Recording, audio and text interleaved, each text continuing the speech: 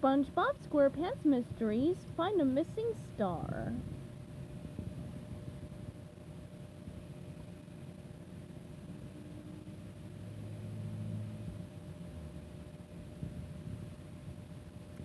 Chapter 27.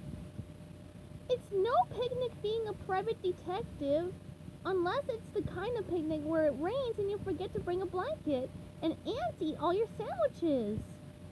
Some cases are harder to crack than one of Sandy's acorns. Way harder. Looked like this was one of those cases. No matter which lead my partner and I followed, the appointment book, the cookie crumbs, the fake beard, we ended up stuck in a dead end with no Patrick. And now Mr. Krabs was putting on the pressure big time, ordering us off the case and back on the griddle. As much as I hated giving up our search for Patrick, I'd taken a vow of loyalty to the Krusty Krab, and though I might break a lot of hearts and the occasional barnacle, I never break a vow. That's not my style. So my partner and I headed back to the restaurant with our tails between our legs and our chins on the ground.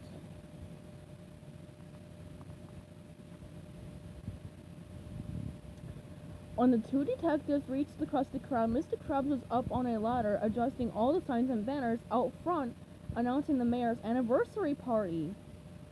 Hi, Mr. Krabs, SpongeBob said unenthusiastically. Patrick hasn't come by, has he?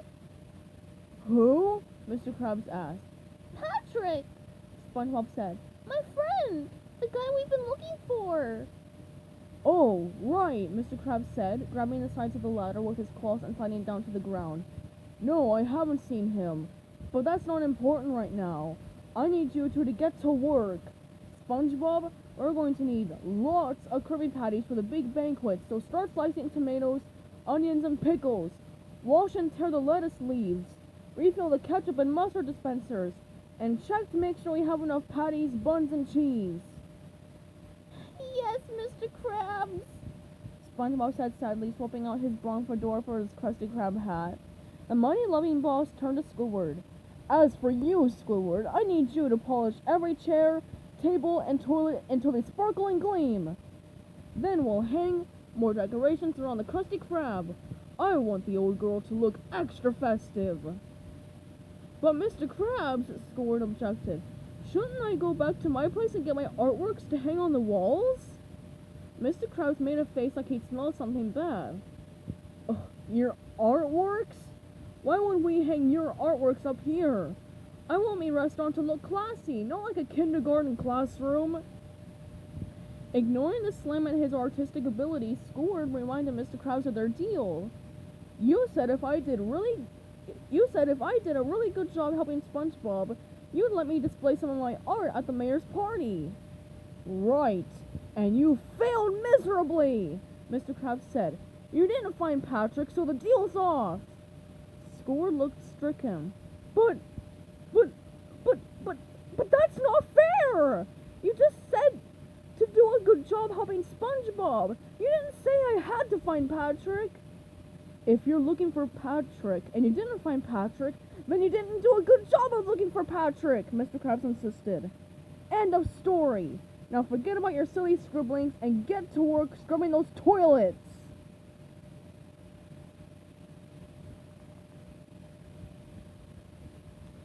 SpongeBob took a step forward. Mr. Krabs, may I say something? I'd rather you didn't, Mr. Krabs said. But I'm pretty sure you will anyway, so go ahead, SpongeBob. He put his hand on Squidward's back.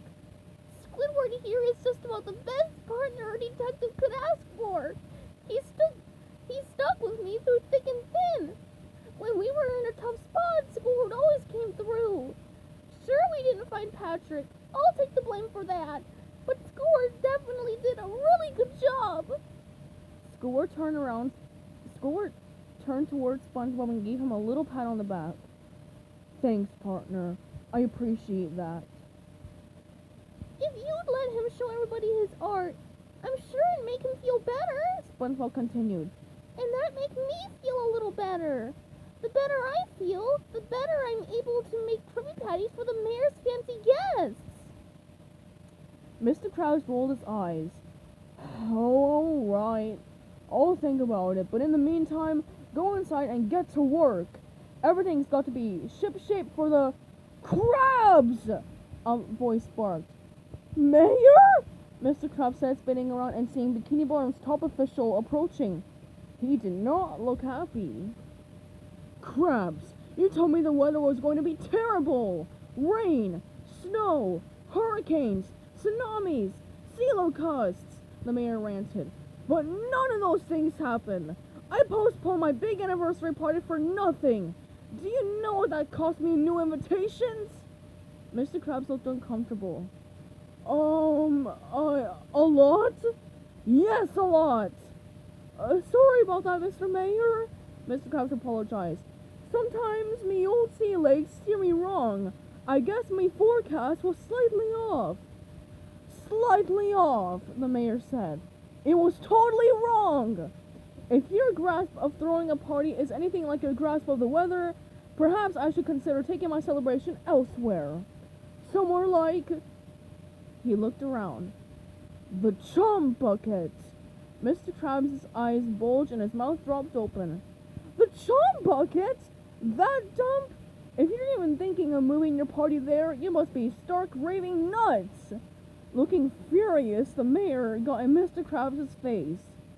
Are you calling me cuckoo?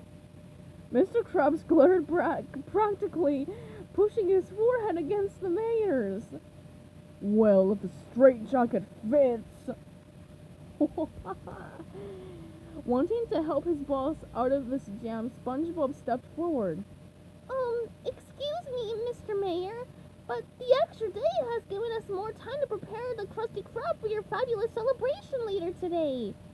Perhaps you'd like a quick tour to see how the decorations are shaping up. He gestured toward the front door of the restaurant. The mayor took a deep breath and let it out, calming himself down. Well, I suppose it's too late to change the location anyway. I mean, I'm not paying for a third set of invitations. Fine, let's see what you've done. He strode toward the front door and SpongeBob held it open for him. Loud sea shanties poured out. The mayor hesitated a moment. I think you could lower the volume on the music, Krabs. Oh, of course, Mr. Krabs said. But remember, once all the guests are talking and laughing, having a wonderful time, the music won't seem so loud. He didn't want the mayor to hear the ticking and asked Krabs to stop it since he still hadn't found the source of the annoying sound. I guess that makes sense, the mayor said, heading inside.